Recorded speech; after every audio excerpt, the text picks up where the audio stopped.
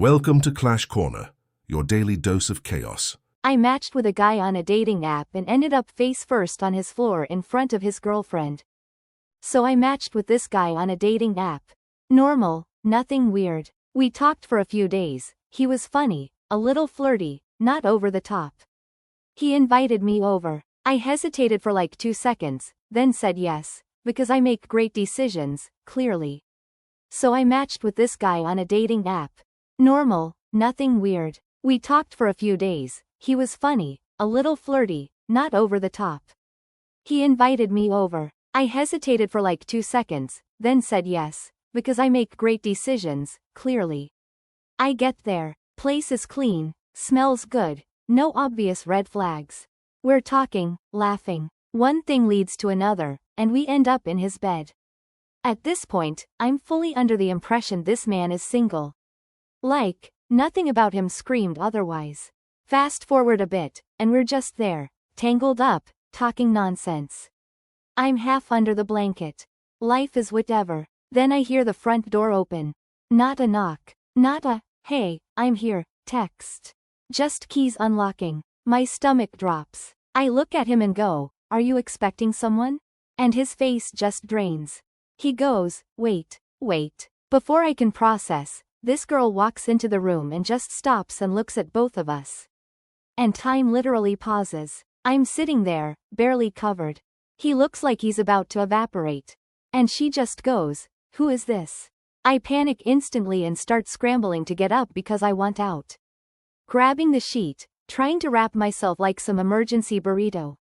He's talking, saying both our names like that's gonna fix anything.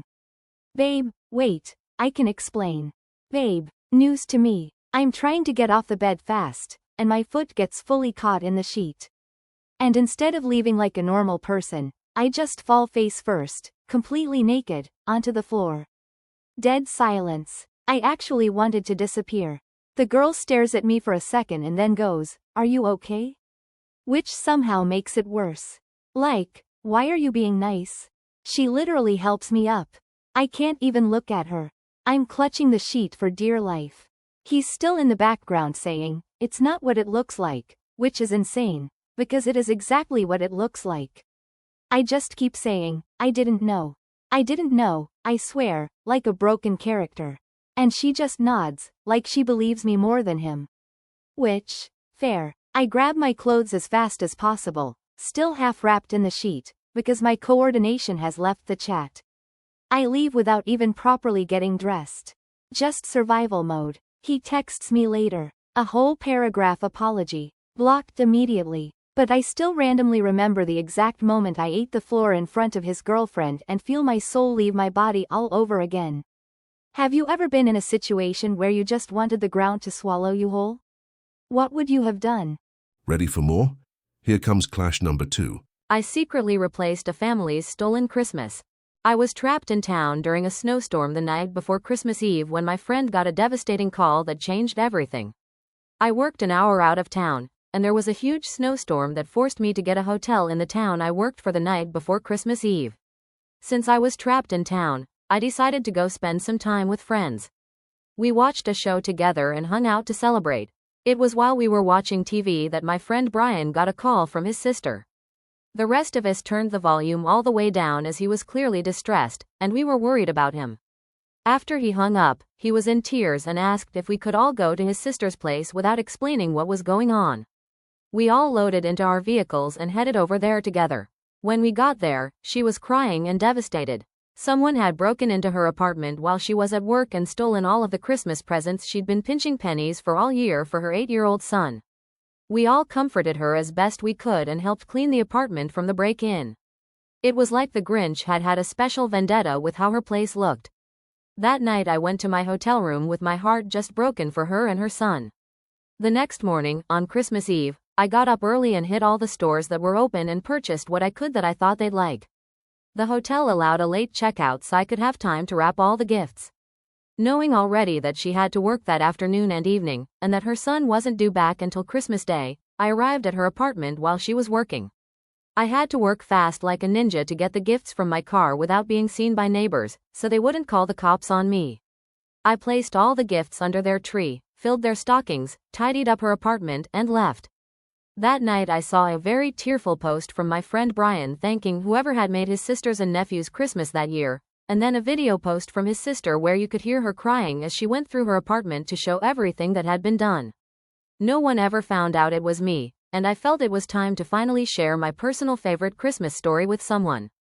Would you have done the same thing? The chaos doesn't stop. Clash number 3. My stepdad read my journal and now I'm losing everything.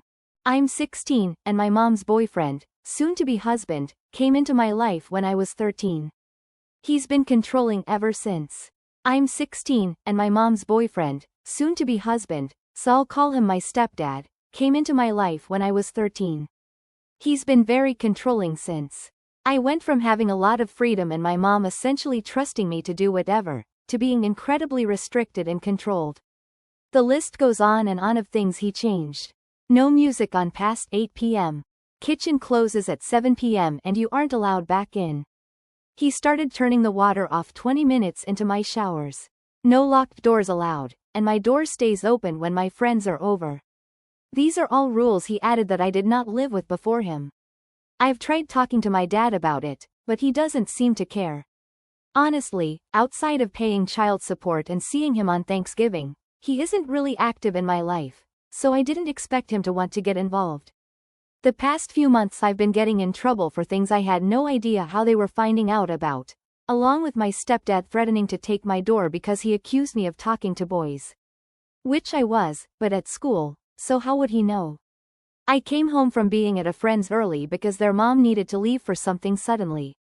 It was a short walk, so I walked home, and my stepdad was in my room reading my journal. I was immediately really upset and started an argument, which got me in more trouble, and he took my laptop and yelled at me. I tried telling my mom, but she agreed he's just keeping me safe, and she scolded me for doing things I have to hide.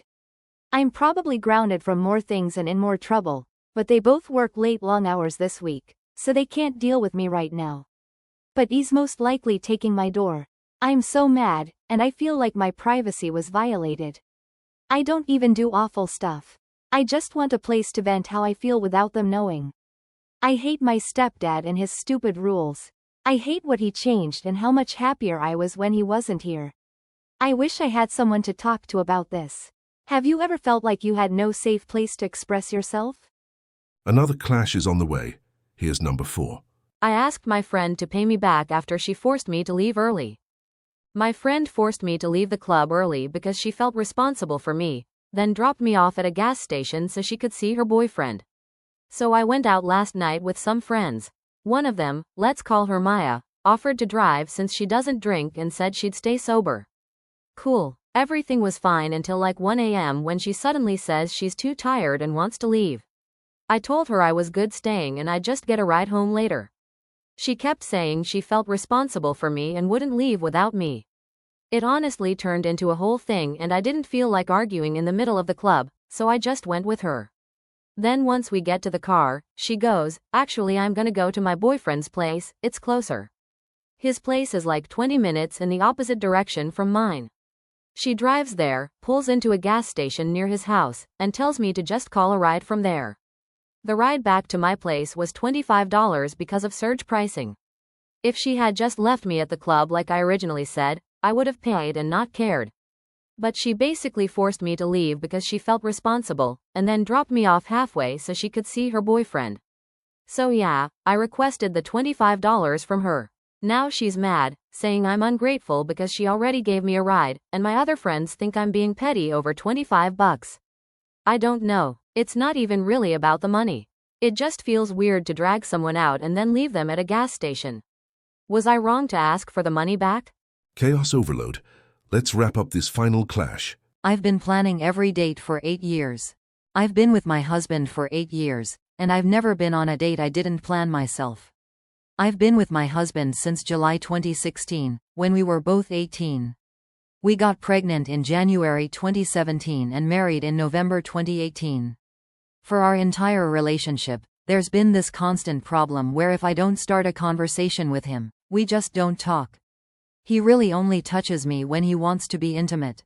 If I don't plan childcare and dates, we don't go anywhere together.